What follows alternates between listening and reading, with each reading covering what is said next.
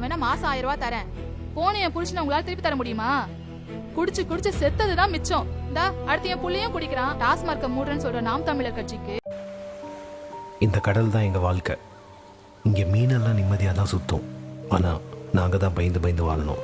இந்த கடலில் தான் எங்களை சுட்டு தள்ளுவாங்க. சில நேரம் கரை ஒதுங்குவோம், இல்லை இறையாயிடுவோம். இதை பற்றிலாம் யாருக்கும் கவலை இல்லைல்ல. மாற்றி மாற்றி திராவிட கட்சிக்கு ஓட்டு போட்டதான் மிச்சம். மீனவர் உசுரை காப்பாற்ற நெய்தல் படை அமைப்போன்னு சொல்ற நாம் தமிழர் கட்சி.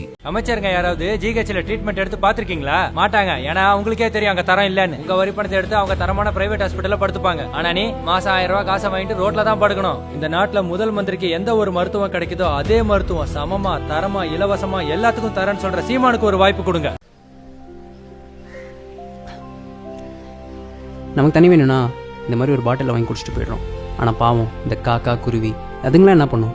அதுங்க தண்ணி குடிக்கிற இந்த ஏரி குளத்துல தான் நம்ம வீடை கட்டிட்டோம். தண்ணி கூட இல்லாமல் அதுங்களாம் செத்து தான் போகும். எல்லா உயிருக்கும் தூய்மையான குடிநீர். இனிமேல இலவசத்துக்கு ஓட்டு போட்டு விலைவாசியை ஏற்றி விடாம. ஐயா காலையில் எங்களுக்கு உப்புமாலாம் வேணாம். நாங்கள் படிக்கிற பள்ளிக்கூடம் இடிஞ்சு விழாமல் இருந்தாலே போதும். எந்த அமைச்சர் பிள்ளையாவது அரசு பள்ளியில் படிக்கிறாங்களா? படிக்க மாட்டாங்க. ஏன்னா அரசு பள்ளி தரம் இல்லைன்னு அவங்களுக்கே தெரியும். ஓட்டுக்கு காசை வாங்கிட்டு எங்கள் கல்வியை வீணாக்கிடாதீங்க.